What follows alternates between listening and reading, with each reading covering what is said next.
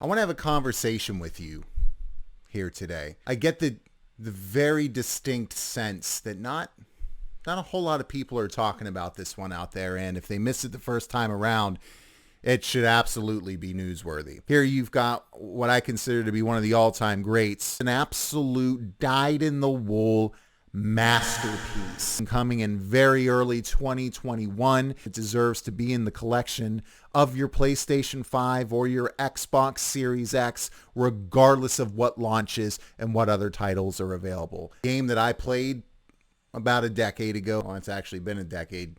Oh my goodness. 10 years ago. Somebody kill me, please! This particular game is notable for me because it helped reinvigorate my love and passion for this medium. Now look, I'm not saying that I was, going to quit playing video games for good or anything like that, but I had found myself for the first time in a long time in a lull. Essentially, I just, there was no game that made me happy. Everything I played felt like it was a chore. Excuse me. There's a sign at Ramsett Park that says, "Do not drink the sprinkler water." Sir, are you listening to me, sir? Sir, I'm talking to you. Sir. You're just not in the mood to game, and you wonder if you're losing your passion. I was in one of those loops there, and I played this game pretty much single-handedly. Was responsible for pulling me out of that loop. That's a game called Braid.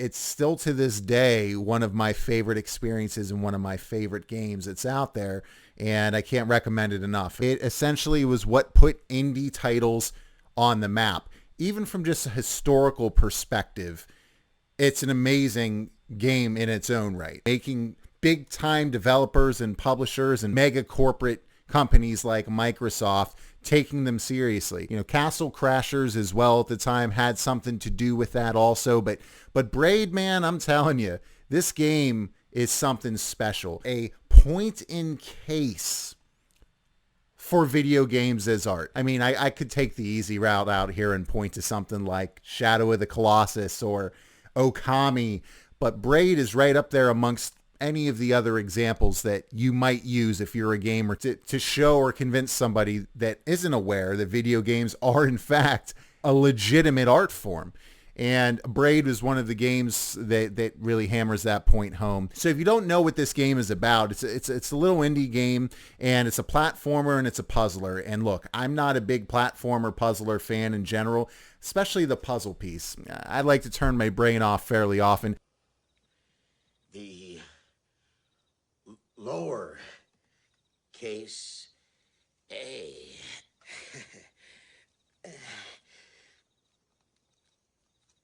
Oh, God. I don't mind a few puzzles here and there. It's just, when a game is centered around the concept of puzzles, it's usually way too hard when I ultimately can't figure anything out. God. Oh, God. Okay. But what's really cool about Braid is that despite being a game that's centered on a concept of being a puzzler, the puzzles are actually unbelievably simple, and anybody can solve them, but they're so clever and they're so unique, and they do make you think about the way you use the mechanics in the game, which we'll get into here in a second. The solution's always right there in front of you. It actually, in retrospect, reminds me a little bit of Breath of the Wild, the latest Zelda back in 2017, where you knew at any shrine you went into, any place there was a puzzle in Breath of the Wild, you had the tools at your disposal to solve that puzzle. When you're looking at something in a video game, you're looking at a puzzle, and you're trying to figure out how to get past it, how to solve it, and then you have that aha moment. that eureka moment. Oh my God.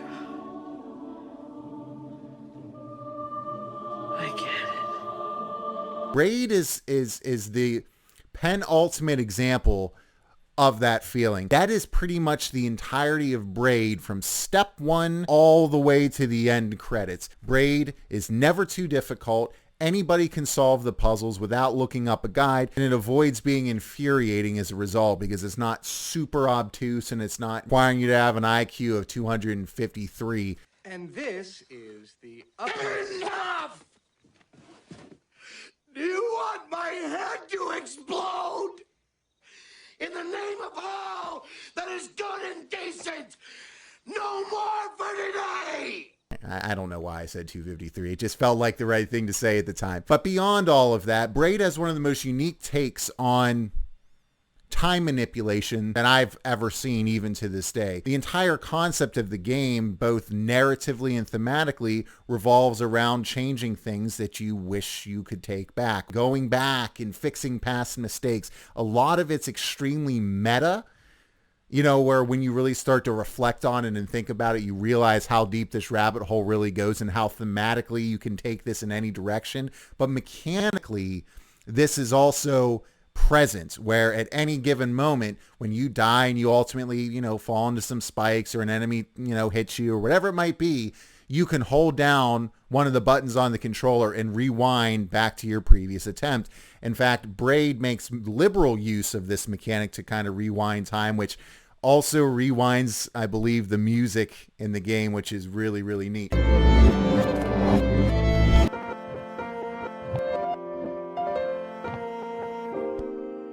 But that plays a central role in a number of the solutions to the puzzles. It is an absolute masterclass in game design, music, lore.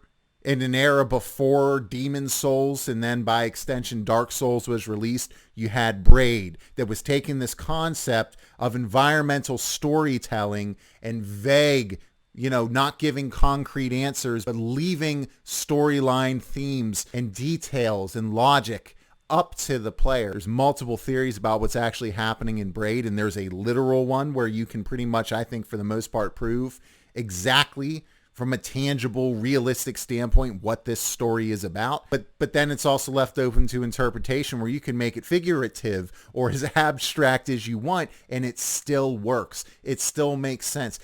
60% of the time, it works every time. You know how hard it is to create something, whether it's film, video game, book, you name it, to craft a narrative that allows the player to both have a logical understanding of what's going on as well as being open to their interpretation and not really having a wrong interpretation. I love that about this game. So if you're a fan of like lore, you know, in games, they give you a sense of kind of wonder and, you know, allow your mind to wander, and then you build up a community talking back and forth about what may or may not be legitimate. Braid's a game for you. But the music, man, the music in this game is one of the best soundtracks I think ever. Music is like something, how do I explain this? The music is like something out of a fever dream. Flowers for me. I do declare, Mr. Beauregard, you.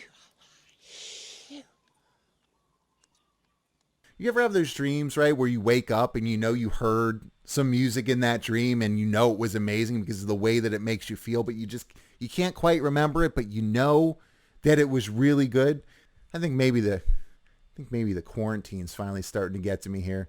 You know, I thought I was going to make 6 months, but it looks like I'm going to fall just shy of that. Music in this game is just magical, man. You got a lot of violin in there, a lot of stringed instruments.